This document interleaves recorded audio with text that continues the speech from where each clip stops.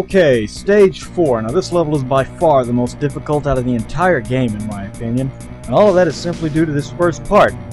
And the boss. The boss isn't exactly a pushover either. Now the reason for this is because the programmers decided to be cheap bastards and made it so that the damn mermen jump out of the water right underneath you. Now basically what this boils down to is that 9 times out of 10, Simon's gonna get a merman's head shoved up his ass while he's on one of these little platforms. And if, by some strange and weird miracle, you manage to make it past the merman, you're gonna take a bat to the face, fall off the platform, and die. So yeah, even though there's only 2 types of enemies in this area, it's way more deadly than any other in the game. Part of the stage isn't all that bad. All you have to deal with here are the fleamen and the occasional bat. Although every now and then one of the gay bats will fly in just right, and you'll either have to take the hit from the bat in order to kill the fleaman, or dodge the bat and take the chance of the fleaman hopping all over your ass.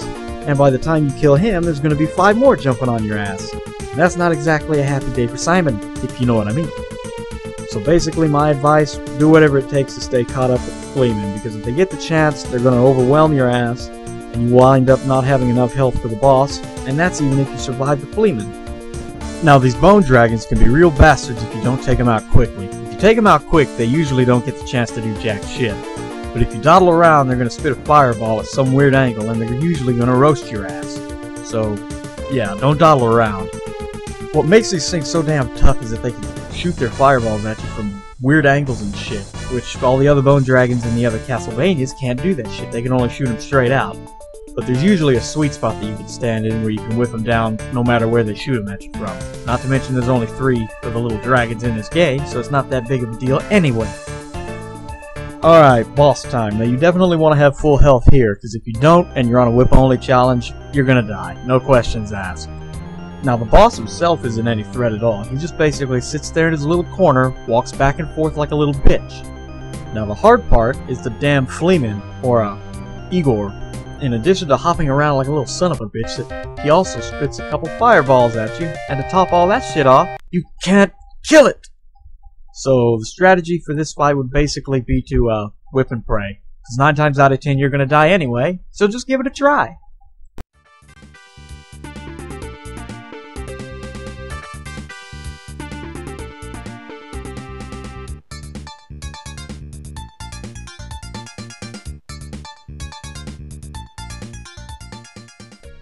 Welcome to Stage 5, Dracula's Bondage Basement.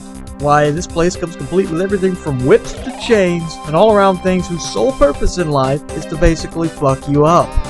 Why hell, the only thing that this place is missing are those tight little black leather outfits. Ha! Try saying that shit 5 times fast. Little bastard, I can't believe it actually took me 5 tries to hit that little bitch. Anyways, this is the next to last level, and it's pretty fun. Plus it also has one of the best songs from the Castlevania series, and that's Heart of Fire. And it does a pretty good job of setting the mood for this level. Now this level isn't actually all that difficult, in terms of, like, enemies and everything like that. But it does redeem itself with its boss, which is to me, probably the toughest out of all the Castlevanias. But we're a ways off from him, so we're not going to worry too much about that right now. What we are going to worry about is whether or not I can jump over these red skeletons and not land on one. Speaking of the red skeletons, don't even waste your time with them. I mean, they're so few and they're placed in just the right areas that you can usually jump over all of them anyways. And since they keep coming back to life, there's no point in wasting your fucking time. Alright, now in this area we find another new enemy, the Axe Lord. These guys can be... Wait, let me kill the little fleaman here. Right, there we go. Alright, anyway, these guys can be pretty fucking annoying since, as you can see, they like to back up and stay just out of range of your whip. Plus, they have a decent amount of health. And that one didn't come back on the screen. Alright. Did I mention they're pretty fucking stupid, too? Their attack isn't anything to worry about, and this one actually seems to be using his brain, popping on screen just long enough to throw his axe and ducking back before I can hit him. Must have advanced AI. And like the red skeleton, this is just another enemy that's only encountered in one stage. It's kind of a damn shame to me that these enemies are only in one stage apiece. I mean, I guess basically what it boils down to is that this game is just too fucking short to make use of them. 6 levels doesn't exactly make for an epic adventure. And we should be a little better than halfway done with this stage right now. Now this part can be a pain in the ass if you let that little red skeleton catch up to you. So basically just make sure you keep old Axe Boy there pressured and moving backwards, and you'll come out on top. kinda quite literally, where you're greeted by yet another axe boy. And if you don't time your whips just right, you'll wind up taking an axe to the face. Yeah, but that ain't no thing. I think there's some meat in the next room, so it's all good. I think, anyways, I hope. You know, when I was a kid, for some reason this level always made me think of, like, the last boss, Frankenstein. I don't know why, it just looks like he was made here or some shit, man. Oh, this is the thinking of, like, a 6-year-old, but still, come on. You know you thought it too when you first played. Come on, don't lie to me, don't bullshit me. Come on, you know damn good and well that when you were like 6 or 7 and you walked through that last room and saw those light bulb thingies, see? Light bulb thingies. You thought, holy sheep shit. Those are the mechanical devices that sent out the magnetically charged electrons and gave the evil monster life. Come on, you know you did. Oh, and what's this? Yes, Simon's found his meat. And that gave us just the boost we needed, so now we're ready to take on death. Well, almost. We will be after we make it through this very long hallway of Medusa heads and axe lords. Now, just like with any level, you don't want to take any damage here. But unlike any other level, you can't actually afford to take any damage here if you're on your whip-only run, because death will give you death very quickly, and being able to take only 3 hits doesn't exactly go a long way with this guy. Alright, now let me compose myself and we'll be ready to rock and roll. Now the strategy for this guy is simple enough. Just chase his ass around the room whipping like mad. And if you want to jump, you want to jump so that you land on the edge of the center platform there. So maybe, and I do stress maybe, those skies will fly over your ass and you'll avoid getting hit. But no matter what, it's still just a game of chance. See? Maybe they'll fly over your head just like that. Oh, and look who got the last laugh, bitch! Oh, I guess you did. Fucker. Anyway, that's the bad thing about this guy. Even after you kill his ass, his little skies can still track your ass down. And that's kind of a bummer. Anyways, we're done with level 5, so prepare for the final level!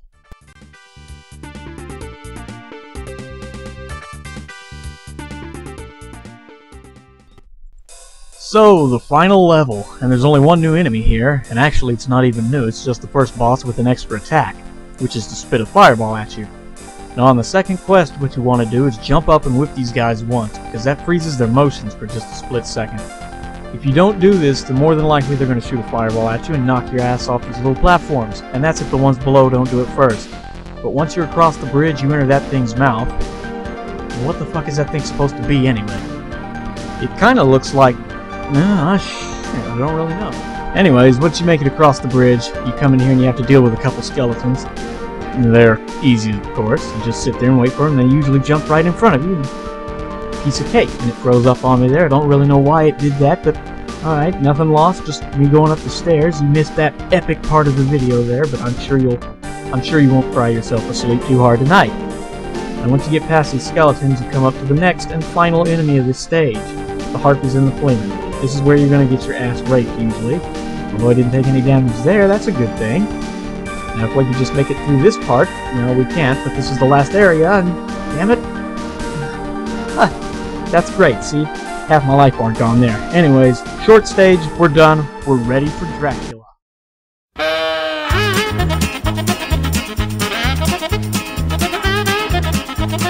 Here he is, Big Doug.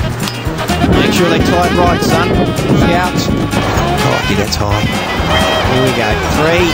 Right, hey! 3, 2. Oh, he's gone already. Here we go. Marty salta de cabeça da plataforma, mas assim que ele mergulha para o solo, ocorre a tragédia. A corda se bate, mandando Marty numa queda livre. Milagrosamente, Marty cai na beira de jeep.